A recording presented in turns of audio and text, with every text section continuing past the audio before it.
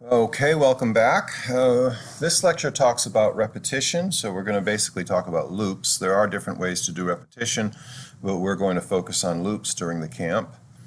And so this lecture tells you how to repeat sections of code using loops, why when you want to use them, and what are the three things we need to know when we're using a loop.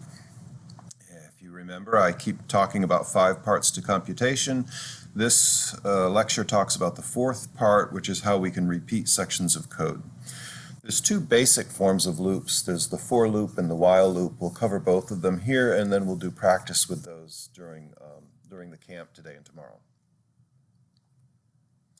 Okay, so repetition. Basically, there's iteration, which is looping behavior, and then something called recursion. We will not cover recursion during the test.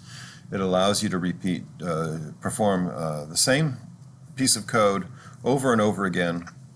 The reason that you want to do that is sometimes you have big long lists of data and you want to do the same thing to each piece of data, and so you keep looping over and over again doing the same piece of code on a separate piece of data.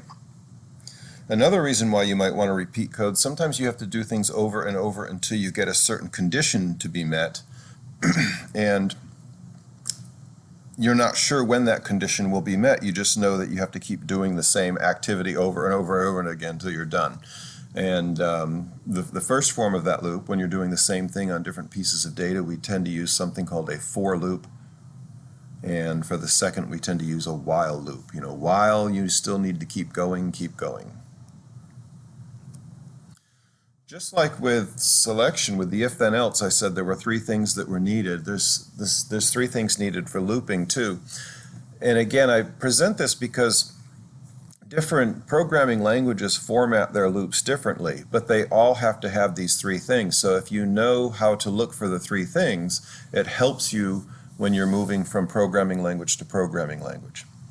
And the 3 things that you need are starting condition, and then a stopping condition, and then somewhere in the loop you need progress so that each repetition through the loop moves towards that stopping condition. Sometimes that progress is very uniform and regular, sometimes that progress is not, and we'll see examples of both.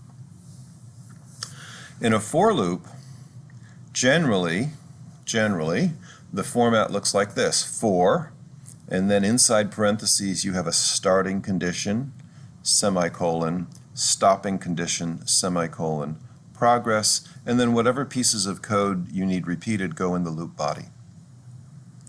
For the while loop, you put the starting condition before the loop, you put the stopping condition in as a Boolean test in front of the loop, so it's while, and then inside parentheses a Boolean test, and then you have a loop body again, which hopefully has the progress.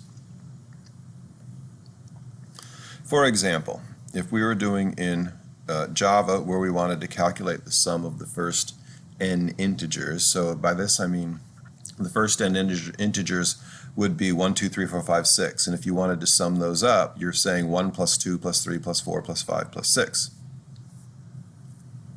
So we're going to say, we're going to ask the user what number they want to go up to. We start out with the sum equal to 0, and then we do a loop. I equal 1, that's our starting condition. The first number we're going to start with is the number 1. I less than n plus 1, that's our stopping condition. So remember, we asked the user what they wanted to go to. So if the user wanted to go and do, if the user entered 4, let's say, then we would do the numbers 1, 2, 3, 4. As long as the I is less than 5, we're going to keep going, which would be 1, 2, 3, 4. And then our progress is I equals I plus 1. In other words, we just keep adding 1 to I every time we go through the loop. And the loop body is just sum equals sum plus I. So it's going to be the first time the plus I means we add 1, the second time means we add 2, the third time means we add 3, and so on. By the way, this use of I, that use of I is standard. In loop bodies, you tend to use I for the what we call the loop counter. Counts how many times you've been through the loop. You can nest these things just like we nested if then else conditions before. And if you do that, the outer loop gets an I, the inner loop gets a J. If you have to nest again, you get a K, on and on and on. So this goes against my rule where I said you should use long descriptive names for your variables. For loop counters, it is tradition to use I and J and K and so on.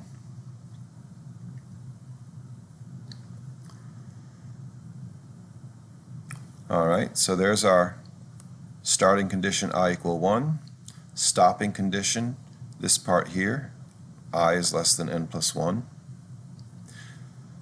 and then progress is I equals I plus 1. Now remember, these are separated by semicolons inside those parentheses.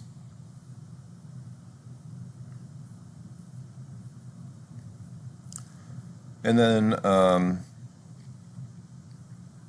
just summarizing that same thing, but doing it as a while loop.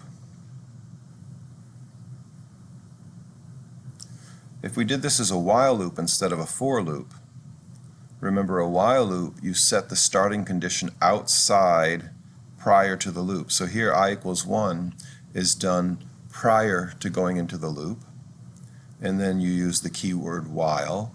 Inside the parentheses is your stopping condition. As long as I is less than n plus 1, you keep going. And then you have the same line you had before, sum equals sum plus I, but now we need a place to do progress, right? So we put the progress here, I equals I plus 1. We have a different example of, we'll have a different example of a while loop that we use in the code camp. And this is just a review of the Boolean operators again. We tend to use A equals B. A equals B is asking the question, is A equal to B? A not equal to B. We tend to have A greater than B and A greater than B are the conditions that you use for the stopping conditions. Almost always it's A less than B. Okay, so we'll do these examples during the camp today and tomorrow.